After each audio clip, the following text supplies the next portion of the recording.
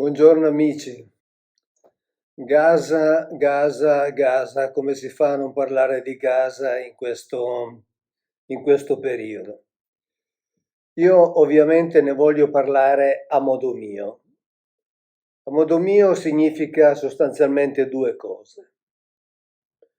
Fornire un elemento di riflessione diverso rispetto a quello al quale siamo abituati dai media qui in Occidente. E l'altro aspetto, che è quello che mi interessa assolutamente, è il rapporto con l'Antico Testamento. Mi interessa molto perché non ne sento mai parlare, anche se in realtà, come adesso vedremo, il rapporto è strettissimo. Direi addirittura che la Bibbia qui non è attuale, ma assume quasi, lo vedremo in una frasetta molto significativa, assume quasi una dimensione futuristica. E quindi questo per ribadire quanto io dico, quanto sia importante conoscere ciò che dice realmente la Bibbia, di che individuo parla realmente la Bibbia.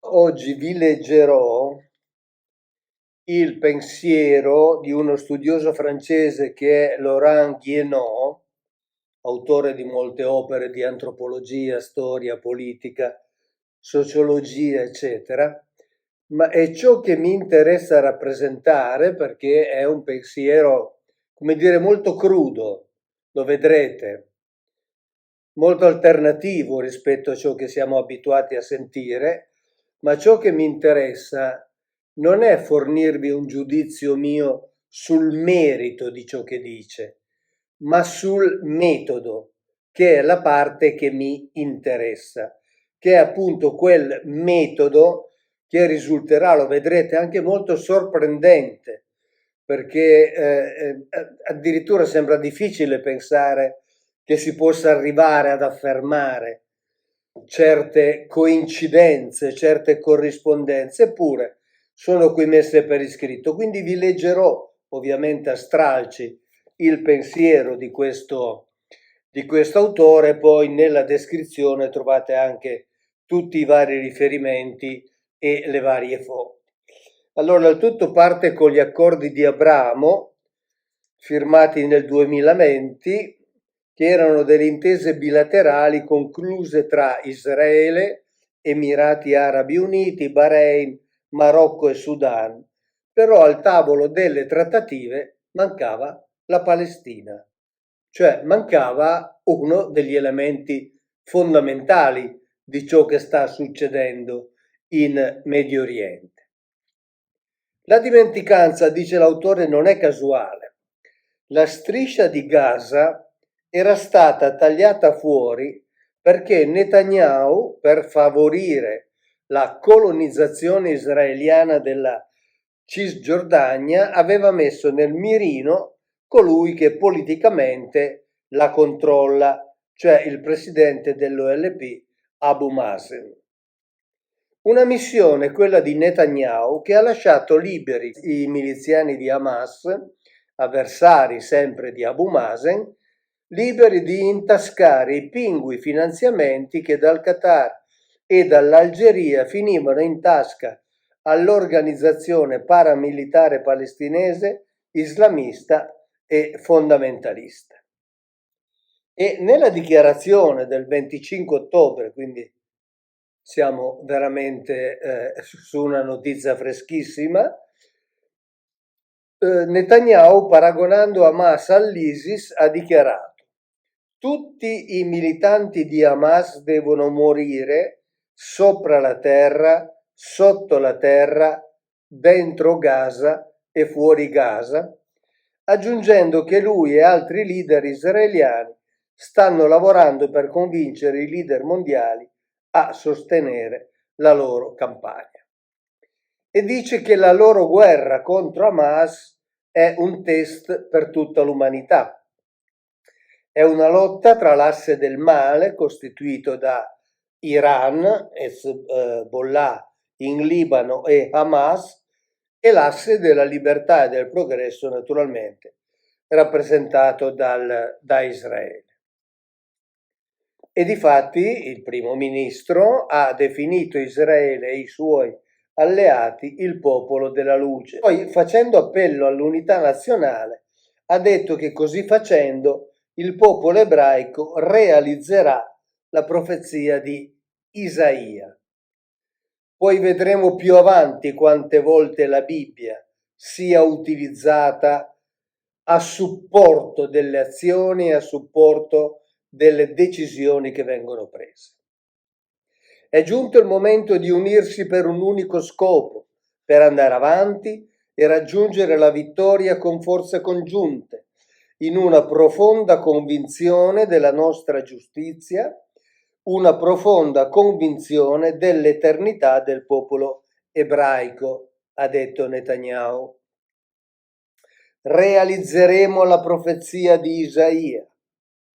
La profezia di Isaia, ve la leggo direttamente dalla Bibbia, è dal capitolo 60, dove si dice: succhierai il latte delle nazioni, succhierai al petto dei re, saprai che io, Yahweh, sono il tuo Salvatore, il tuo Redentore, io il forte di Giacobbe. E poi ancora dice, sempre nel capitolo 60, poiché il popolo e il regno che non vorranno servirti periranno e le nazioni saranno sterminate. Questa è la profezia alla quale pare riferirsi Netanyahu in questa sua dichiarazione. Ripeto, ciò che mi interessa non è presentarvi il merito e dare dei giudizi nel merito dei contenuti, questi li lascio come sempre alla vostra liberissima riflessione, ovviamente, cosa che è fondamentale, ma è il metodo, cioè il richiamo ad un libro che scritto centinaia di secoli fa risulta attualissimo ed è per questo che è fondamentale conoscerne letteralmente i contenuti. Dice questo pensatore francese: sono stanco di leggere che Netanyahu è uno psicopatico. Non lo è di certo. Non vedo alcun motivo per considerare lui o qualsiasi altro leader israeliano come psicopatici in senso psichiatrico. Hanno una psicopatia collettiva, che è una cosa molto diversa. La differenza è la stessa che c'è tra una nevrosi personale e una nevrosi collettiva. Secondo Freud, la religione, e lui si riferiva al cristianesimo, è una nevrosi collettiva. Freud non intendeva dire che le persone religiose sono nevrotiche, al contrario, ha osservato che la loro nevrosi collettiva tende a immunizzare le singole persone religiose dalla nevrosi personale, in quanto queste singole persone sono piuttosto i portatori di una psicopatia collettiva, cioè di un modo particolare con cui vedono e interagiscono collettivamente con le altre comunità umane. Questo è un punto cruciale senza il quale non potremo mai capire Israele. Chiamare i loro leader psicopatici non è utile. Ciò di cui abbiamo bisogno è riconoscere Israele come uno psicopatico collettivo e studiare l'origine di questo carattere nazionale unico. Ed è questo l'aspetto che mi interessa, studiare l'origine di questo carattere nazionale unico. Poi l'autore delinea alcuni tratti della psicopatia individuale, secondo il manuale diagnostico classico, e ci ricorda che, per esempio, il tratto più caratteristico dello psicopatico individuale è la completa assenza di empatia e di conseguenza di inibizione morale nel danneggiare gli altri, unita alla sete di potere. La verità non ha alcun valore per lo psicopatico. La verità è ciò che gli fa comodo in un dato momento. Lo psicopatico prova solo emozioni molto superficiali e non ha sentimenti reali per nessuno, ma ha sviluppato una grande capacità di ingannare. Può essere affascinante fino a diventare carismatico. Sicuro di avere ragione in ogni circostanza, è sinceramente sorpreso dal rancore delle sue vittime e le punirà per questo. Se ruba la proprietà di qualcuno, considera il risentimento del derubato come un odio irrazionale. Quindi lo psicopatico non è pazzo in senso medico. E quindi, partendo poi da queste indicazioni che sono relative allo psicopatico inteso come individuo, dice: il fatto che gli ebrei siano oggi rappresentati in modo sproporzionale nell'elite, costituiscono la metà dei miliardari americani, pur rappresentando solo il 2,4% della popolazione, non significa nemmeno che la psicopatia sia più diffusa tra gli ebrei. In un certo senso è vero il contrario. Gli ebrei dimostrano tra loro un alto grado di empatia, o almeno di solidarietà, spesso fino al sacrificio di sé. Ma la natura selettiva di questa empatia suggerisce che essa si rivolge non tanto all'umanità degli altri, quanto alla loro ebraicità. In effetti gli ebrei tendono a confondere ebraismo e umanità. Quindi ciò che è buono per gli ebrei deve necessariamente essere buono per l'umanità. Al contrario, un crimine contro gli ebrei è un crimine contro l'umanità. E questo è un concetto che hanno creato nel 1945. Collettivamente gli ebrei si considerano innocenti delle accuse mosse contro di loro. E in questo periodo di accuse contro di loro ne vengono mosse parecchie, lo sappiamo, ma ripeto, non entriamo nel merito del giudizio dei contenuti. Per questo motivo il pioniere sionista Leo Pinsker, medico, considerava la giudeofobia, o se vogliamo chiamarlo l'antisemitismo, un'aberrazione psichica. Lo Stato di Israele agisce verso le altre nazioni come uno psicopatico agisce verso i suoi simili. Solo gli psichiatri possono spiegare il comportamento di Israele, ha scritto il giornalista israeliano Gideon Levy su Haaretz, che è uno dei mezzi di comunicazione più diffusi in Israele. Quindi, allora, solo gli psichiatri possono spiegare il comportamento di Israele, dice Gideon Levy. Considerando l'assoluta presunzione di Israele, la disumanizzazione dei palestinesi e la sua straordinaria capacità di mentire e manipolare, abbiamo a che fare con uno stato psicopatico.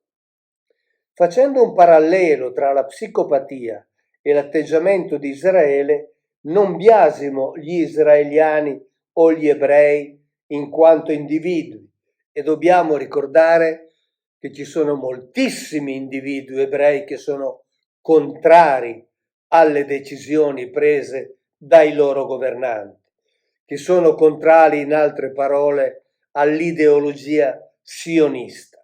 Quindi questo va detto, anche se qui ovviamente la riflessione che fa questo pensatore francese è una riflessione di carattere generale e, come tutte le generalizzazioni, ovviamente contiene quella che può essere considerata una esagerazione, il cosiddetto fare di tutto l'erba un fascio. Gli ebrei, in quanto individui, fanno parte di questa psicopatia collettiva solo nella misura in cui sono sottomessi all'ideologia nazionale. E qui veniamo alla parte che veramente mi interessa. L'ideologia di Israele è biblica. Questa è un'affermazione, secondo me, fondamentale. La psicopatia collettiva di Israele non è genetica, ma è culturale e si è formata in tempi molto antichi e quindi è radicata nel subconscio ancestrale, qualunque cosa sia. In ultima analisi deriva dal Dio geloso che controllava le tribù affamate che partirono alla conquista della Palestina circa 3000 anni fa. Per nascita, quindi, Israele è la nazione del Dio psicopatico. Un Dio che ha voluto forgiare la mentalità dei suoi, tant'è che la studiosa ebrea Shazarel, che è una esperta dei rapporti tra Kabbalah e scienza, nel suo libro DNA ebraico scrive questo. Il linguaggio è lo strumento per mezzo del quale avviene il nostro dialogo interiore con noi stessi. Ripetendo più volte parole precise, noi creiamo e consolidiamo nella nostra mente quelle che gli specialisti chiamano reti neurali, veri e propri sentieri chimici, solchi fatti di neuroni e nervi attraverso i quali vengono fatte fluire tutte le informazioni che riceviamo dall'esterno, influendo sulle nostre azioni. Le parole che hanno certamente influito maggiormente a creare l'ambiente sonoro che accompagna la vita dell'ebreo sin dal grembo materno, ecco questo condizionamento collettivo, sono le parole dello Shema Israel. Lo Shema Israel, che significa ascolta Israele, è la preghiera più importante, si trova nel capitolo 6 del Deuteronomio, è la preghiera più importante dell'ebraismo. Il suono di queste parole quotidianamente ripetute da generazioni, giunta all'ebreo già attraverso le pareti uterine e la voce della madre, dall'ambiente familiare e sociale che lo circonda, parole che lui stesso ripeterà tutti i giorni della sua vita, fino al momento in cui renderà l'ultimo respiro, ritracciano nella sua mente le stesse reti neurali ereditate dagli antenati, creando quei filtri di lettura del mondo tipicamente ebraici. In questa preghiera, cioè nello Shema Israel, Dio ci ordina imperativamente di ripetere queste parole ininterrottamente in modo quasi ossessivo, e l'autrice lo mette tra virgolette. E poi lei si rammarica del fatto che con l'avvento dell'era scientifica molti ebrei hanno abbandonato queste pratiche considerate ormai desuete. In fondo l'accusa che il mondo cristiano ci muove da 2 millenni, dice lei, e che taccia l'ebraismo di religione materiale, è in parte vera.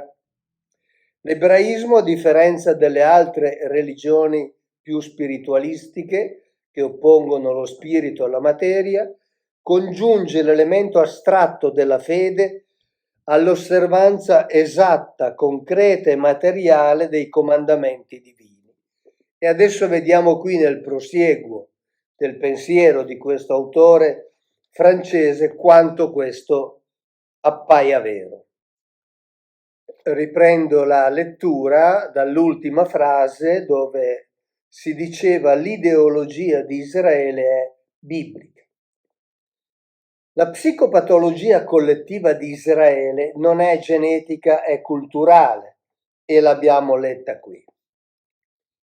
E poi dice Yahweh, il Dio di Israele, è un Dio arrabbiato e solitario, che manifesta verso tutti gli altri dei un odio implacabile e finisce per considerarli dei non dei, essendo lui o considerandosi lui in realtà l'unico.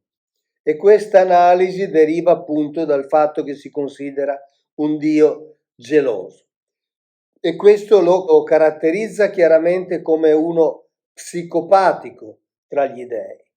Per gli egizi invece, secondo l'egittologo tedesco Jan Assmann, gli dei sono esseri sociali e l'armonia tra loro garantisce l'armonia del cosmo. Ricordo anche quanto scrive il professor Gian Matteo Corrias in Religione all'antica religiosità romana, quando dice che gli dei facevano parte stessa del rapporto sociale, parte stessa della struttura sociale e interagivano con gli uomini e consentivano addirittura agli uomini di usare tutti gli strumenti legali possibili per, fra virgolette, anche riuscire a raggirarli. Non se ne avevano a male se gli uomini dimostravano grande capacità intellettiva nell'interpretare, nell'applicare quelle leggi che regolavano il rapporto tra gli uomini e i cosiddetti dei. Questo non era assolutamente possibile con Yahweh. Anche perché Yahweh insegnò agli ebrei il disprezzo per le divinità dei loro vicini. Ricordiamo ad esempio che gli dei romani accettavano tutte le divinità e avevano addirittura un altare al Dio ignoto, proprio per essere sicuri di non dimenticarne nessuno. Capisce quanto fosse diverso il comportamento sia del popolo che dei cosiddetti dei nei confronti del sentimento religioso e del relativo comportamento. E qui andiamo per esempio a Deuteronomio 12, dove si dice: dovete distruggere completamente tutti i luoghi in cui le nazioni che espropriate hanno servito i loro dei, su alti monti, su colline, sotto qualsiasi albero diffuso. Dovrete abbattere i loro altari. I romani costruivano l'altare al dio ignoto. Frantumare le loro pietre sacre, bruciare i pali sacri, fare a pezzi le statue dei loro dei e cancellare il loro nome da quel luogo. Siamo nel capitolo 12 del Deuteronomio.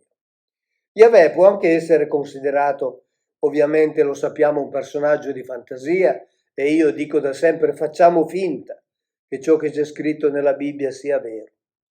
Ma la sua presa sulla mente degli ebrei è comunque reale, anche qualora fosse considerato un personaggio di fantasia. Le proibizioni alimentari, ad esempio, quelle presenti nel Levitico, servivano a impedire qualsiasi socializzazione al di fuori della tribù. E la natura di questa alleanza non è morale. Lo abbiamo visto molte volte in questi 10 anni, 13 anni ormai, di conferenze e di video. L'unico criterio di approvazione da parte di Yahweh è l'obbedienza alle sue leggi e ai suoi comandi arbitrari. Massacrare a tradimento centinaia di profeti di Baal è bene, perché è la volontà di Yahweh.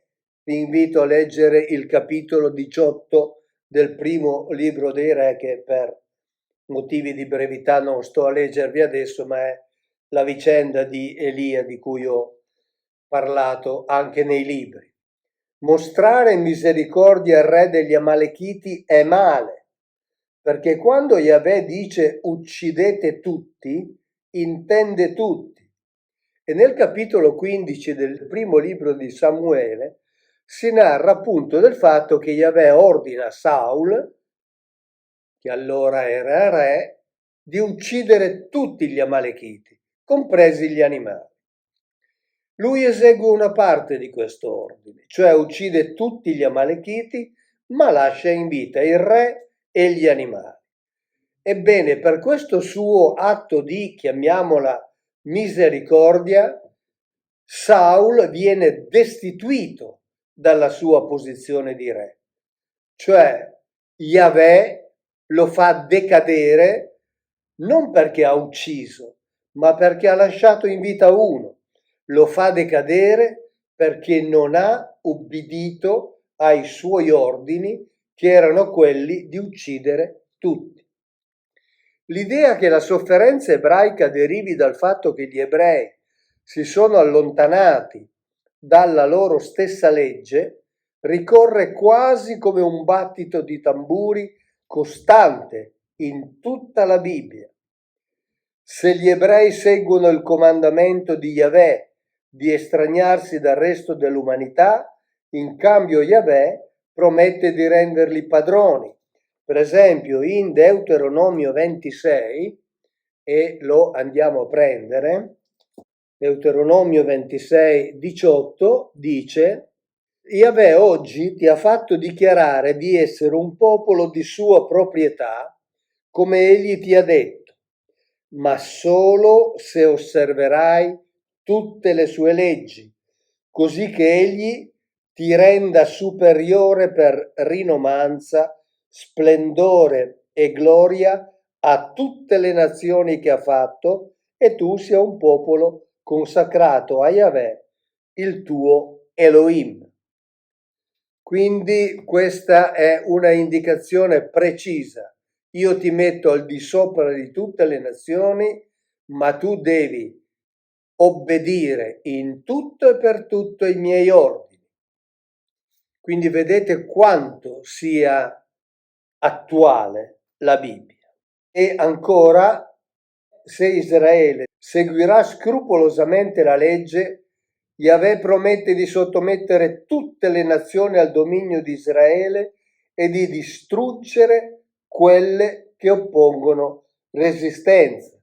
E ad esempio questo è presente in Isaia anche 49, dove si dice esattamente: con la faccia a terra essi si prosterneranno davanti a te e lambiranno la polvere dei tuoi piedi.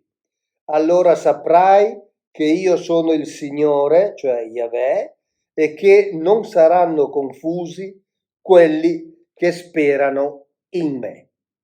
Per esempio, nel libro del Deuteronomio, nel capitolo 20, c'è una sorta di codice di guerra dove si ordina di sterminare ogni essere vivente nelle città conquistate, e in pratica la regola è estesa un po' a tutti i popoli che resistono agli israeliti nella loro conquista. Cioè non ci deve essere pietà.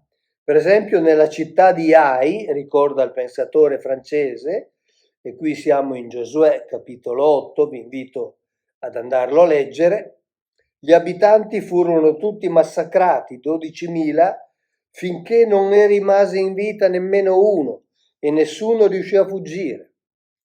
Quando Israele ebbe finito di uccidere tutti gli abitanti di Ai in campo aperto e nel deserto dove li avevano inseguiti, e quando ogni singolo cadde di spada, tutto Israele tornò ad Ai e massacrò la popolazione rimasta.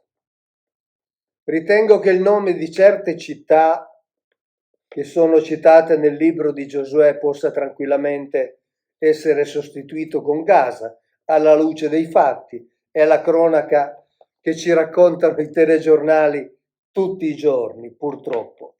Cronaca molto drammatica. Però, dicevo prima, ci sono dei dissidenti, sono molti. Molti non hanno, come dire, la volontà o il coraggio di parlare, altri invece sì.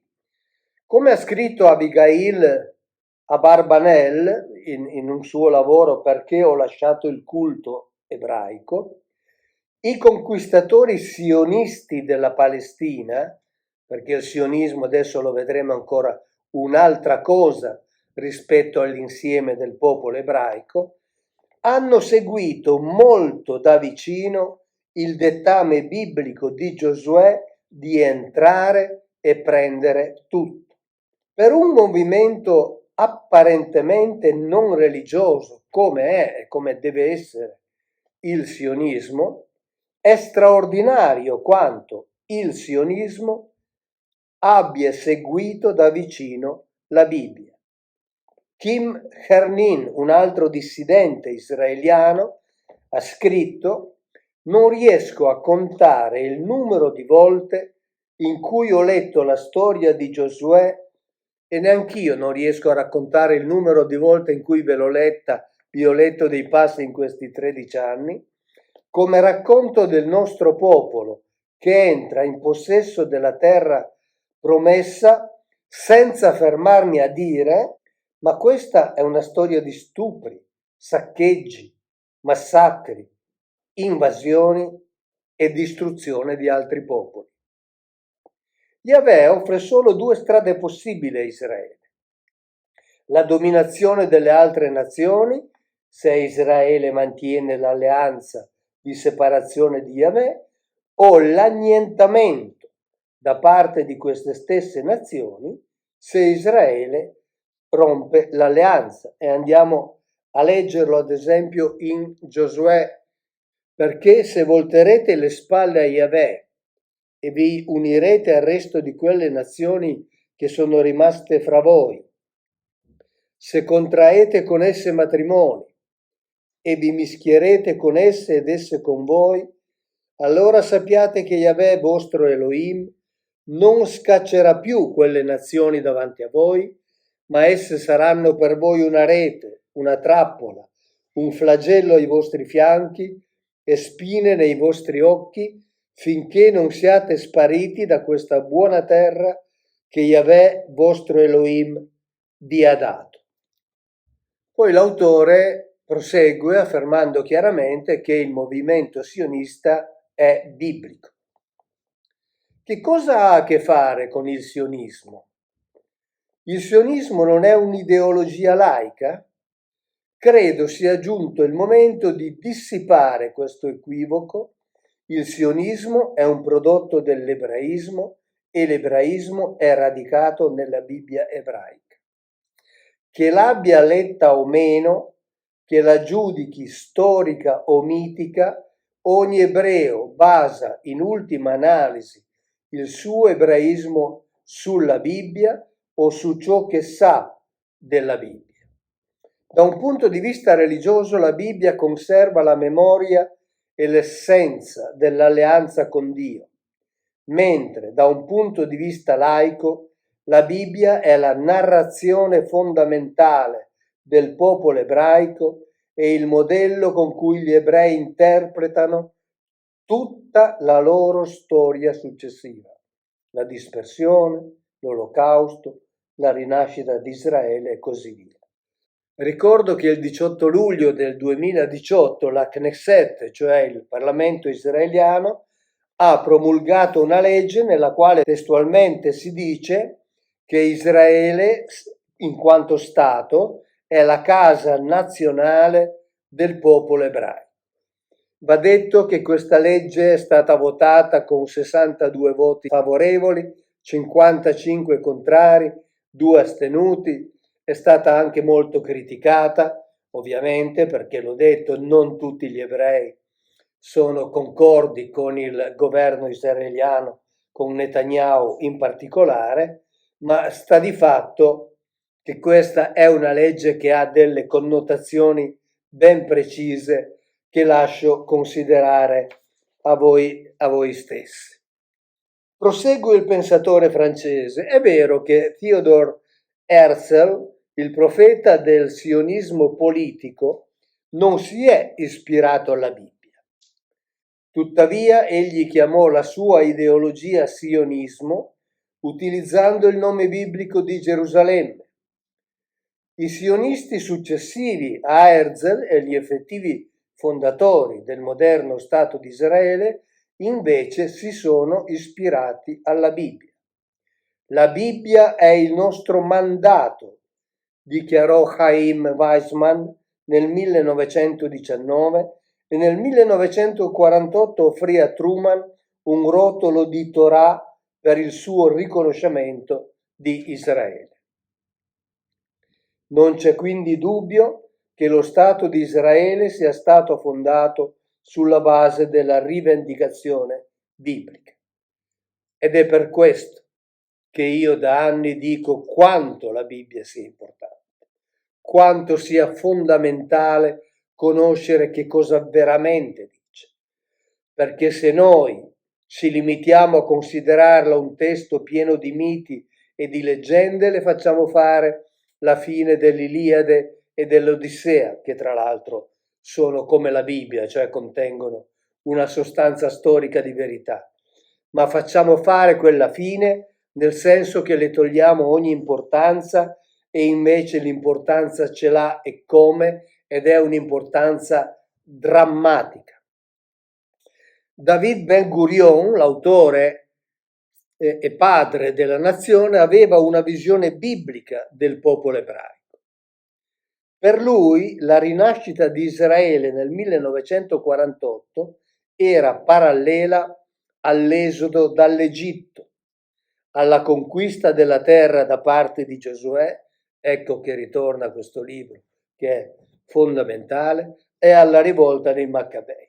Ricordo per esempio che nella Bibbia samaritana non ci sono tutti i libri che ci sono nel canone della Bibbia ufficiale ebraica, ce ne sono solo 6, cioè la Torah e il libro di Giosuè, tanto per dire quanto questo sia importante.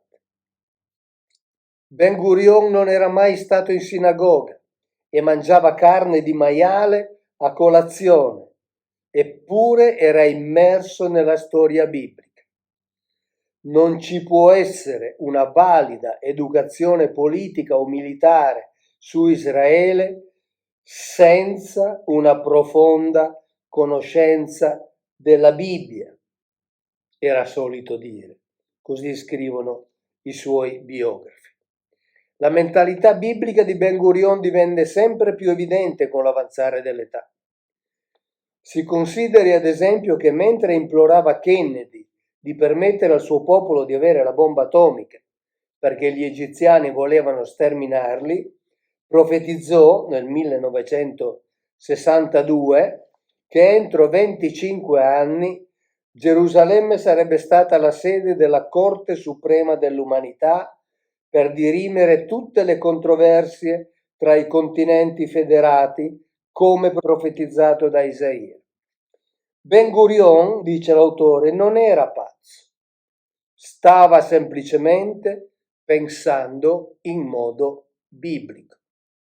Conoscere bene la Bibbia è fondamentale per conoscere ciò che stiamo vivendo.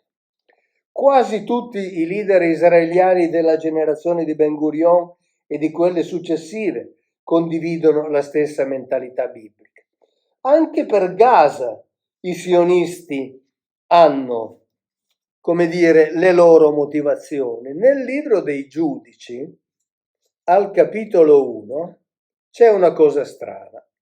Al versetto 18, per esempio, in questa Bibbia, si dice: Giuda non riuscì a conquistare né Gaza col suo territorio, né Ascalon col suo territorio, né Accaron col suo territorio. Yahweh protesse invece Giuda nella conquista della zona montuosa. Giosuè non riuscì a vincere gli abitanti della pianura perché essi avevano carri di ferro. Giuda non conquistò Gaza. In questa versione della Bibbia c'è scritto l'esatto opposto.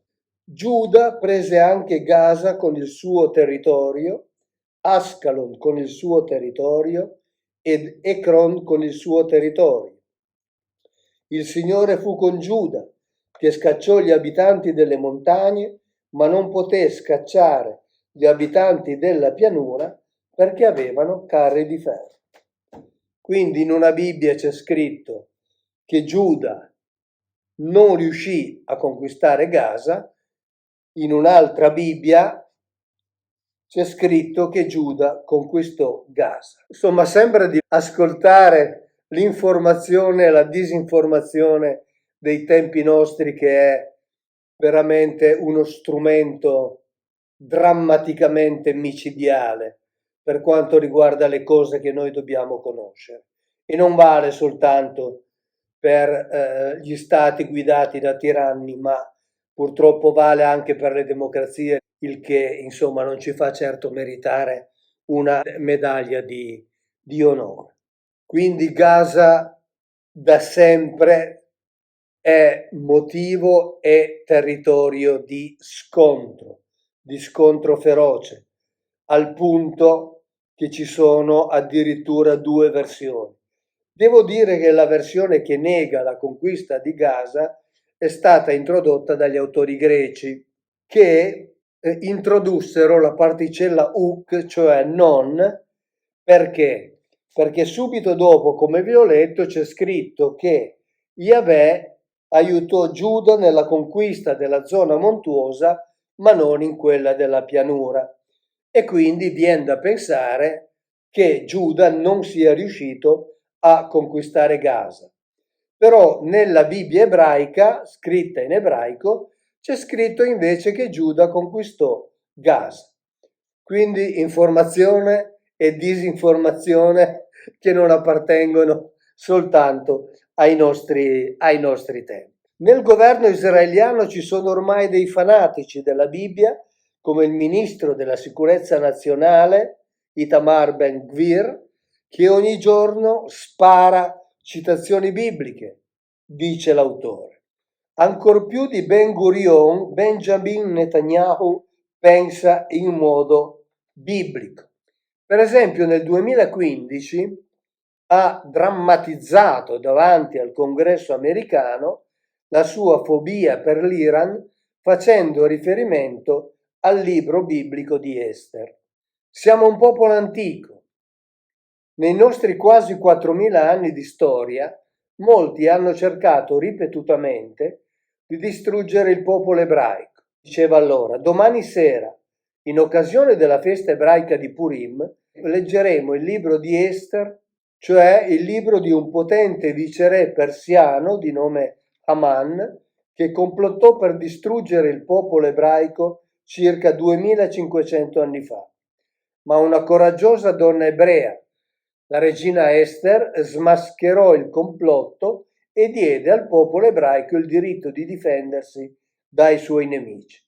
Il complotto fu sventato, il nostro popolo fu salvato. Oggi il popolo ebraico si trova ad affrontare un altro tentativo di distruzione da parte di un altro potentato persiano, cioè l'Iran.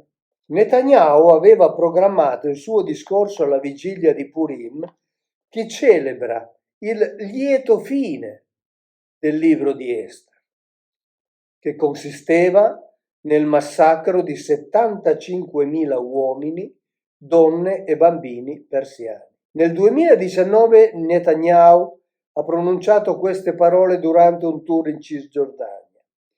Credo nel libro dei libri e lo leggo come una chiamata all'azione. Ogni generazione deve fare ciò che può per garantire l'eternità di Israele. La Bibbia occupa una parte così grande del suo cervello che vuole mettere una Bibbia sulla Luna. Ecco la Bibbia addirittura futuristica. Non basta che condizioni ciò che avviene sulla Terra, ma addirittura dovrebbe in futuro condizionare potenzialmente ciò che avverrà, o meglio, speriamo ciò che non avverrà sulla Luna. Però dopo tutte queste indicazioni voglio chiudere sempre con una citazione biblica che è una citazione di speranza. Intanto sono contento che con uno dei miei 2 neuroni sono riuscito a controllare parzialmente almeno la mia sindrome di Tourette, mentre l'altro mio neurone vi parlava e sono contento, anche vi ringrazio per la vostra pazienza. Nel libro dei Giudici, chiudiamo con questa affermazione di speranza, i Beniaminiti, cioè la tribù di Beniamino, non scacciarono i Gebusei che abitavano a Gerusalemme. Così questi abitarono in Gerusalemme insieme ai Beniaminiti, come accade ancora ai nostri giorni. Speriamo che questo possa tornare ad essere vero. Ciao, grazie e alla prossima.